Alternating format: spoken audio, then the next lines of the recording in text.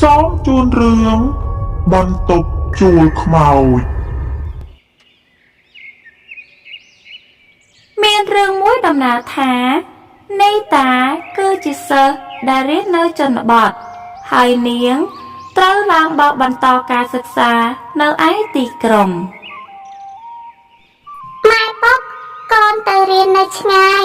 សូមម៉ែពុកមើលថែខ្លួនផងថែរក្សាខ្លួនណាកូនហើយឧស្សាហ៍ទេមករកពុកផងណាកូនចាស់ពុក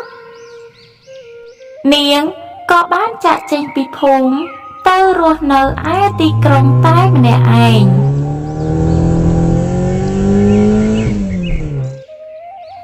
នាង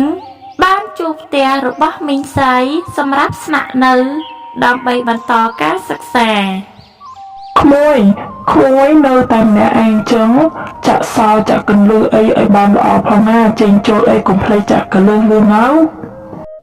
ចាអរគុណច្រើនអ្នកមីងក្រោយពីរៀបចំ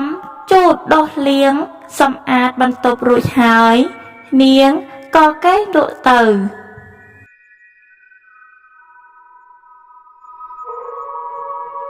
នៅយប់បន្តនាងកំពុងរៀនតែម្នាក់ឯងស្រាប់តែមានឆ្មាខ្មៅមិនដឹងមកពីណាទេបានចូលមកនៅក្នុងបន្ទប់របស់នាងនេះក៏មានឆ្មាចូលដែរតែយើងចាក់សោចិត្តអស់ហើយឆ្ងល់ក៏ចេះតែឆ្ងល់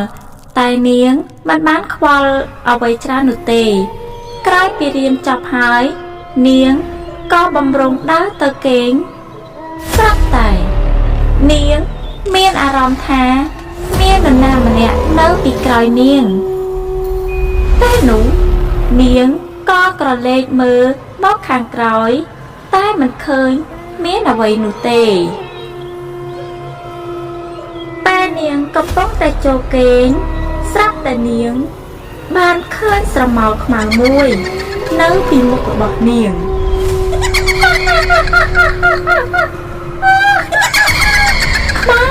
ខ្មោចជួយផងខ្មោចបន្ទាប់ពីនាងរើរួចចេញពីគ្រែហើយនាងក៏បន្តរត់ចុះទៅក្រោមតែខ្មោចនោះក៏នៅតែបន្តលងបន្លាចនាងរហូតក៏បានធ្វើឲ្យនាងភ័យសម្លាប់បាត់បង់ស្មារតីទៅ